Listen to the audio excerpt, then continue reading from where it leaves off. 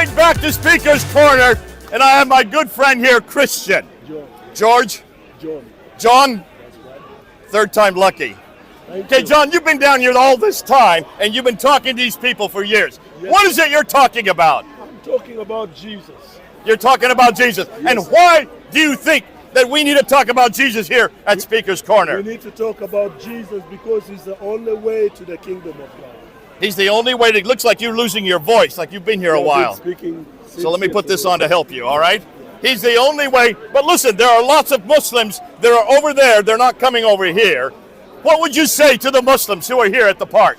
I'll tell the Muslim that the Quran is not the way, but Jesus said, I am the way, the truth, and the life. No man can come to the Father, but only through Jesus.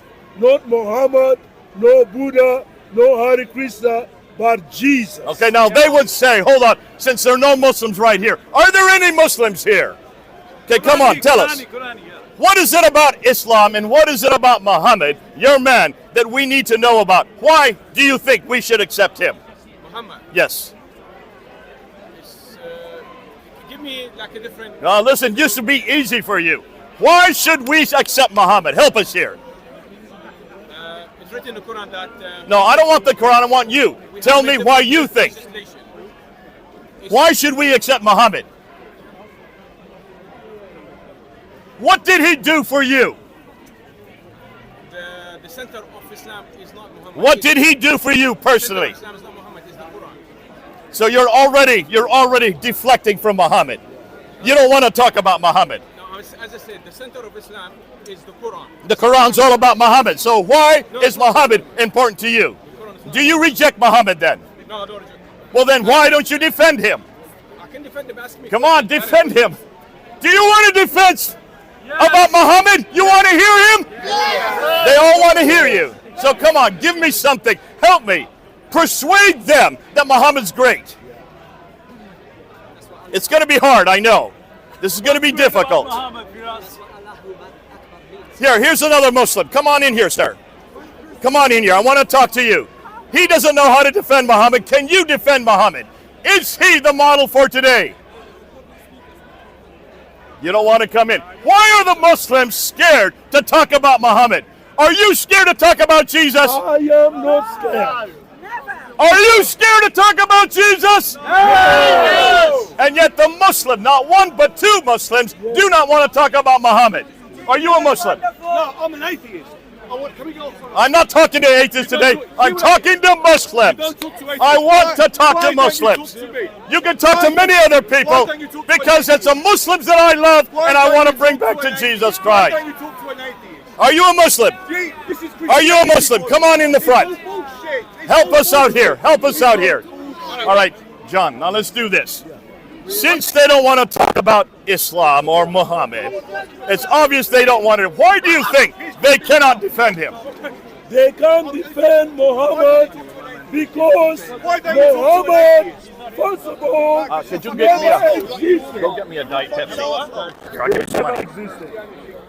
They can't talk and defend Muhammad because there's nothing to defend and talk about. He would be very difficult to defend, wouldn't he? Absolutely. Look what he did to women. Look what he did to children. Look what he did to those who rejected him. And what did he do to those who criticized him?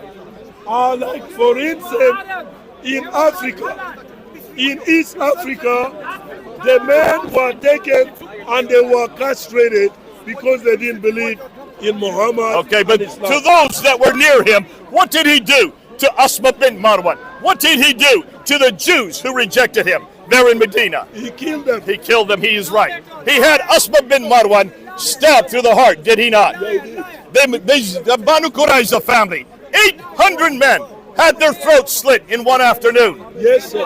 All the women were taken as concubines. Yes. And the children as slaves. So this is the example of Muhammad. No wonder he doesn't want to defend him. That's right. But did Jesus do that? No. Did Jesus take any sword? No, he does not. Did Jesus ever kill anybody? No, he did not. Did Jesus defend himself with the sword? No, he did not. When his disciples defended him, when Peter cut off the ear of the servant, What did Jesus do? Jesus told Peter, those who kill by sword, they're going to die by sword. So he put back the ears that was cut. So he's trying to tell, don't have violence, or don't kill, or don't murder. That's why he rejected violence. The one time he was defended using the sword, he wouldn't even let his disciples defend him. Yet Muhammad, every time he needed defense, he used the sword. Yes, he does. Are you listening? Is this a problem? It's mentioned in the Quran that Muhammad he made mistakes. He made mistakes. He made Did mistakes. you hear that? It says in the Quran, according to this gentleman, that Muhammad made mistakes. Small Did mistakes. Jesus ever make any mistakes? No, he did not. Is Jesus, do you know of any mistake that Jesus made? He never made mistakes And why did he not make mistakes? because he was holy and perfect. He was God. God Almighty. Jesus! Who is the King of Kings? Who is the Lord of Lords? Who is God in heaven? Who is God on earth? Who died on the cross? Who then rose again? Who now is in heaven? Who is for you and me? Who wants to bring you home? What's his name? Can't hear you. Jesus. What a man. What a name, right? How much you give him? Thank you, How much Chris. you give him?